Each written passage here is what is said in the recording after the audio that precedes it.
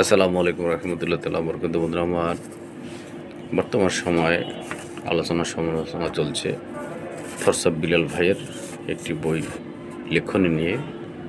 এটা অনেকেই বাহবা দিয়েছে, অনেকেই নিয়েছেন এবং অনেকে এটা সেইভাবে অ্যাকসেপ্ট করে না, গ্রহণ করে নেয়। নানা দিক নিয়ে হয়তো কারো একটা ভাব রয়েছে, ইগনোর রয়েছে, বা অনেকে কম্পেয়ার করতে পারে আমার থেকে, সে বেরিয়ে গেল, উঠে গেল। একটা ওনার পরিশ্রমের ফসল এটা। যখন যার পজিশন আসে, সম্মান ইজ্জত মহান মালিক দান করেন, এটা নিয়ে কারো আলোচনা সমালোচনা প্রশ্নে আসে না। এটা ওনার একটা প্রতিভার জন্য ওনাকে ধন্যবাদ জানাই এবং শুকরিয়া জানাই মালিকের দরবারে। থরসাব বিলাল ভাইয়ের যে বইটির নাম হৃদয়ে ভাঙার গর্জন, অত্যন্ত কষ্ট ক্লাস করে এই প্রতিভাবান ব্যক্তিত্ব আমাদের মাঝে একটি বই লিখেছেন। সেটা আমরা সাদরে গ্রহণ করবো। হয়তো 100 টাকা বা এখন আমার বইটির দাম 1000 টাকা হয়েছে। যার যেটা প্রয়োজন, সে নিতে পারে, যার প্রয়োজন নাই সে নাও নিতে পারে। তো তিনি আলোচনায় এনেছেন যে দেখুন, নদীর মধ্যে মাছ, সাগরের মধ্যে মাছ, সে মাছের দাম এত কেন হবে? আমরা ইলিশ মাছ কিনি 2400 থেকে 2800, 3000, 3500 কেজি আপ ডাউন হয়। গরুর গোস্তের দাম 800 টাকা, খাসির গোস্তের দাম আরও বেশি। ডাক্তারের ভিজিট 1000 থেকে 1500, 2000, এবং সত্য মিথ্যার মধ্যে আসামি ধরে নিয়ে যায়। আসামি হতে পারে ঘটনা ঘটিয়েছে সত্য, আবার আসামি হতে পারে তিনি এই ঘটনার সাথে জড়িত না, মিথ্যার সাথে তাকে আরেকটি ঘটনা জড়িয়ে তাকে সাজাপ্রাপ্ত করানো হয়েছে বা সাজা সে ভোগ করতেছে। এবং সেখানেও হাজার লক্ষ টাকা আপ ডাউন। দুর্নীতিতে আমাদের দেশ সয়লাভ। আমাদের রাজনীতি ব্যক্তিত্ব যারা রয়েছে, বড় যারা পার্সন, এমপি, মন্ত্রী, তাদের কোটি টাকার সম্পদ।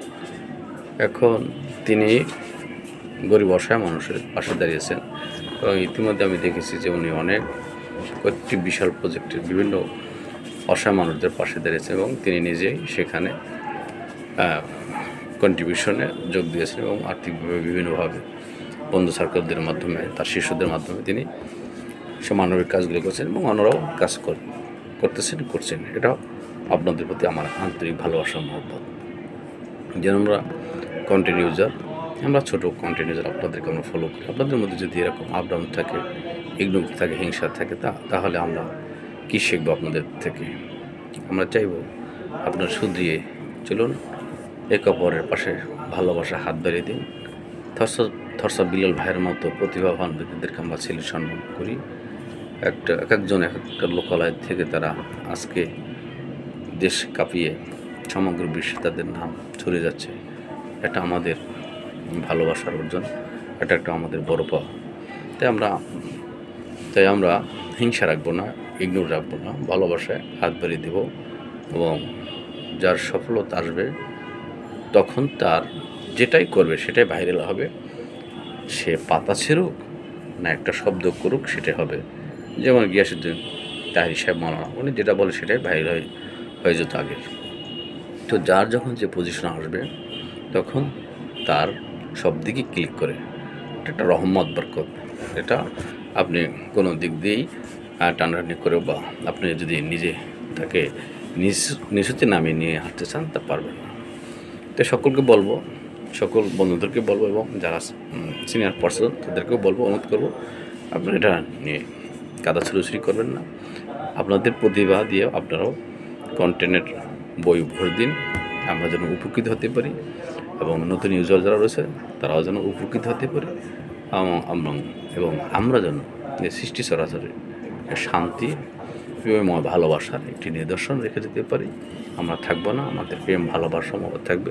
থরসাব বিলাল ভাই সে কথাই বারে বুঝিয়ে দিয়েছেন, যিনি আমি থাকবো না, আমার সংস্কৃতি, কৌশল্য, চিন্তা ভাবনা, আমার এই শ্লোক, আমার এই লেখনী, আমার এই কন্টেন্টগুলো থাকবে, অমর হয়ে থাকবো আমি। তো সকলের প্রতি ভালোবাসা, মহব্বত, অবিরাম। সকলের কাছে দোয়া চাই, অনেক কষ্ট নেবেন না। সকলের প্রতি আবারও শ্রদ্ধা রেখে আজকের মতো আসসালামু আলাইকুম রহমতুল্লাহ তাআলা।